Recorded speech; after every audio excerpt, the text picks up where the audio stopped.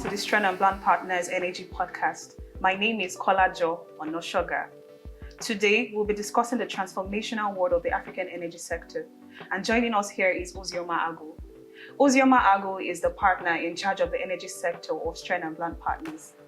Welcome, Ozioma. Thank you very much, Kolajo. Right, so let's jump right into the first question. So we know that recently we've been hearing a lot of clamor for the African energy sector, right? And we hear that the African energy sector is currently undergoing a massive transformation. So can you paint the current picture of the African energy landscape to us? Thank you, Kolajo, and I'm sure without any iota of doubt, Africa as a continent has an abundance of natural resources. A report released by Deloitte shows that as of the moment, the continent boasts of about 125 billion of oil reserves, proven oil reserves, and this accounts to about 7.2% of the global oil reserves. In addition to that, the continent has about 514 trillion cubic feet of natural gas proven reserves, and that also accounts to about 7.5% of the entire natural gas reserves we have in the world. Wow. And the interesting thing about this is that about 80 to 84% of these gas reserves are still in their pre-production stage, meaning that there's a lot of opportunity to tap into. The continent is open for investors to come in, for developers to come in. Aside from fossil fuels, the continent also holds a large potential in the renewable energy space. A report from the International Renewable Energy Agency, that's the IREA, states that Africa holds the capacity to supply about 60% of the world's best solar. And in addition to that, there's a capacity to supply hydropower at 35 gigawatts, wind power at 110 gigawatts, and other geothermal sources at 35 gigawatts. And this same report by the IREA states that the continent can produce about 5,000 megatons of hydrogen. That's equivalent to the current annual supply of energy in the world today. Wow. Well, beyond the sources that I've mentioned, Africa is home to significant deposits of very critical minerals that are important for the production of new energy technologies, energy storage, and even hydrogen production.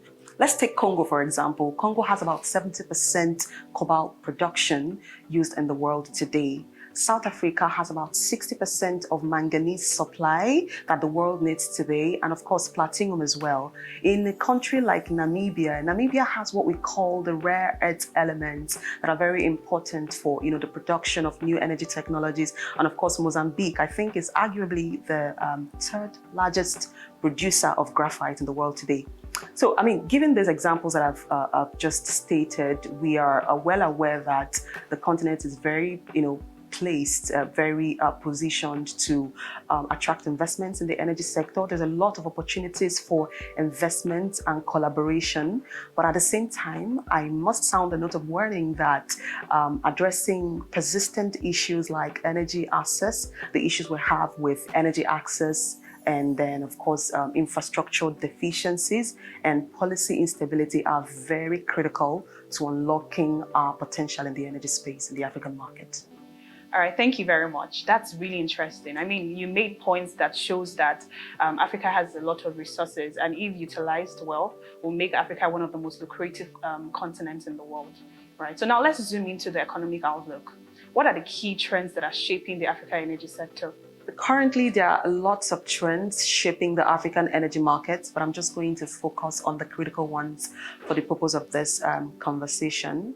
The first on the list is our transitioning to cleaner energy technologies. The reality is that even though we are an emerging market as a continent, we are beginning to resonate with energy transition. A lot of countries are beginning to resonate with that, and we see these countries in Africa beginning to reaffirm their commitment to the Paris Agreement of 2015. And that's a very recent demonstration of that was the COP28 that had in attendance a number of African countries like Nigeria, Tanzania, and Kenya.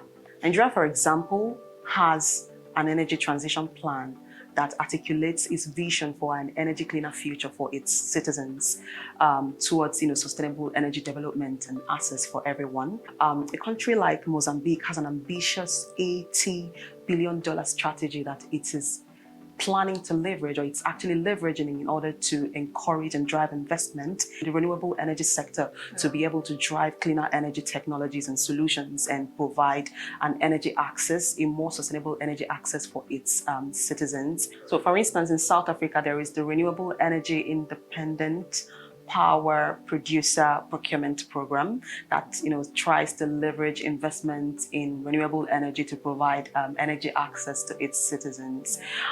Tied closely to this is, you can't really talk about energy transition without talking about renewables, because that's at the core of energy transition. It's very important, especially for a country like Nigeria, because currently we receive a radiation of about 1.5 to 2.2 megawatt hour/M2 in the country.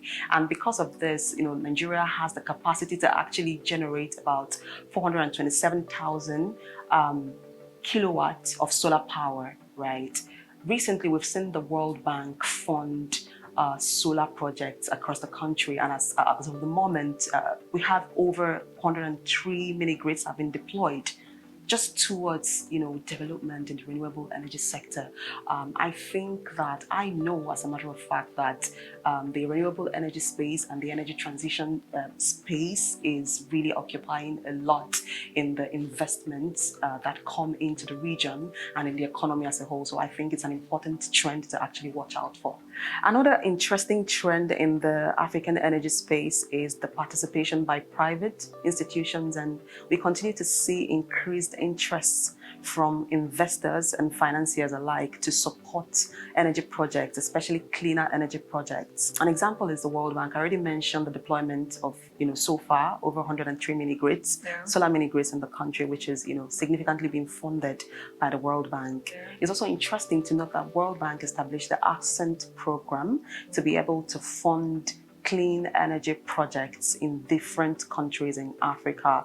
In fact, the target is to be able to provide sustainable energy to about 100 million Africans by 2030 in 20 countries. Wow. So another interesting trend that has been catching the attention of the international community within the African energy space is the realization that natural gas is a transition fuel. I mentioned before that the European Commission has now adopted natural gas as a transition fuel. The reality is that natural gas is not a renewable energy per se, but it's a cleaner source of energy when it's not flared. So it's usually preferable to other fossil fuels. And with the examples that I cited earlier, Africa stands at a very comfortable position with the enormous amount of gas reserves that we have. So I think it's an opportunity, it's a trend that is ongoing, and we're having enough people looking into that market to be able to tap into that reserve of gas that we have to be able to supply power. We know that currently over 80 million 90 million of the population in Nigeria, for example, do not have access to sufficient energy. And with the passage of the Electricity Act last year, 2023, June 2023, the economy is positioned to attract more investments in the energy sector. We now have states being able to set up their own electricity markets outside of the national grid, and to be able to, because gas is usually the easiest source to wheel power, to supply power. And so we have this opportunity already waiting to be tapped into. In addition to natural gas, there is the interest of private investors and financial institutions to fund projects in the sector. That is a trend. And so we see more of investors in the financial services sector looking towards coming into Africa, and of course even Nigeria as an example, to fund these energy projects. The World Bank, I already mentioned, was a significant funder to the development of about 103 mini grids, solar mini grids in the country as of date. And there is also the Ascent program which was set up by the World Bank to see that about 100 million Africans by 2030 will have sustainable access to energy and to electricity, so to speak. And in addition to that, we also have the Afrexim Bank setting up the African Energy Bank to leverage cleaner energy technologies in providing energy solutions and energy access to the millions of populations that we have in Africa. I think these are very interesting trends. We also have private investors who are keen into these grants and these platforms that are being set up by the DFIs to be able to fund projects in the different communities across Africa. Another important trend that I must mention is the incoming of newer technologies to leverage the potentials that we have in the African energy market. A lot has been said about smart grid. We're seeing smart grid systems sprouting up in different countries. For instance, Nigeria, we have smart grid systems in existence. We also have the regulation that covers that, but the reality is that a lot more has to be done with regards to the implementation so that it becomes a more sustainable source of energy for everyone. And it's also very important to mention that with respect to technology in building newer, cleaner, more sustainable energy, it has to be done in a very inclusive way. It has to be done in a way that it's affordable by all and not just limited to a few. Otherwise, it's going to lose that flavor of sustainability. So I think that's an important trend, an important investment trend in the market that both local and international investors can tap into. Right. I mean, that's fascinating. There is no doubt that these trends will shape the African energy sector. Yeah. Right. However, with these trends that you've mentioned, I believe that there are also challenges. So in your view, what do you think what do you think are the roadblocks that businesses might face in the African energy sector? Thank you very much for that question, Kolajo. I think that a number of challenges exist. The very first one at the core of developing the energy market is financing gap. So there is a lot of funding gap, right? The accessibility to funding by investors and the ability of the financiers to give funding to these markets, these energy markets within Africa. There is a report that actually shows that the continent will be needing at least $25 billion investment in the energy sector to be able to, supply energy to all. Wow. And that's an enormous amount of money. There's been efforts and there's been initiatives that have gone into play to bring funding into Africa and even Nigeria especially. For instance, last year, the World Bank approved about $449 million. But the reality is that this funding gap still exists.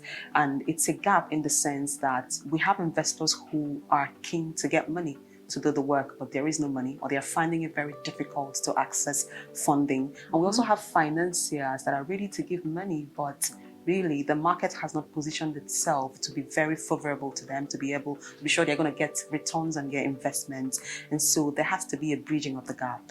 And I think that one way Nigeria especially can bridge the gap is by leveraging and exploiting the provisions, positively exploiting the provisions of the Electricity Act. Now we have an act that was passed last year that enables states in the country to develop their own electricity markets outside of the national grids. What this means is that there has to be a more decentralized approach to getting financing in the economy. It doesn't have to be just the federal government, getting approvals from the World Bank or from DFIs or from investors. These states can actually, independent of the government, of the centralized government, approach these investors, approach these financiers and be able to get funding to finance power projects in their respective states. So that's number one issue, which is financing. I think that a lot has to be done to bring in the money, and also a lot has to be done to ensure that the people who are bringing in their money take back their money when they are done investing, and so that everybody is happy at the end of the day. The second one is the issue with fragmented markets, because every African country has unique terrains that govern them. These terrains tend to sort of reflect in our policies and our regulatory framework. So it's usually a worry for investors to be able to expand their frontiers beyond regional investments because there are different regulatory frameworks and different market practices governing the economies within the same Africa. So I think that a lot has to be done in terms of collaboration between the governments that are in charge of these economies. A lot has to be done in terms of collaboration, regional collaboration, to ensure that investors in the energy markets can actually expand their frontiers and encroach other countries to also build power projects towards sustainable energy supply for all. Another issue that I think is worthy of mention is the issue about infrastructural deficiency. The reality is that harnessing, for instance, our natural gas and other cleaner energy resources we have will require a robust infrastructure. And the grid system as we have it currently is essentially weak and needs a lot of upgrades. So it's not really built, it's not positioned to take the potentials that the market can offer. So I think a lot has to be done with respect to infrastructure, even down to the pipelines. A lot has to be done in attracting investors who are going to upgrade these existing facilities and this existing infrastructure, and even building new ones to be able to harness our energy and be able to, supply that to the populace. Another obvious challenge that will affect investors and the population at large with respect to the energy market is environmental and social impact issues.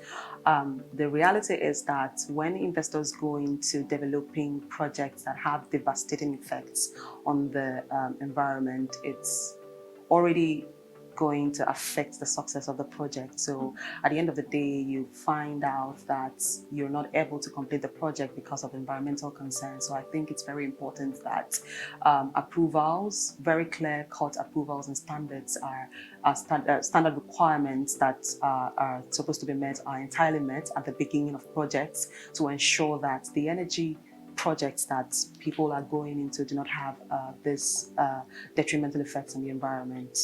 Thank you very much. You made mention of major challenges that the African energy sector is currently facing, right? And we know that challenges often breed opportunities. So how can Stren and Blan partners help businesses navigate the complexities?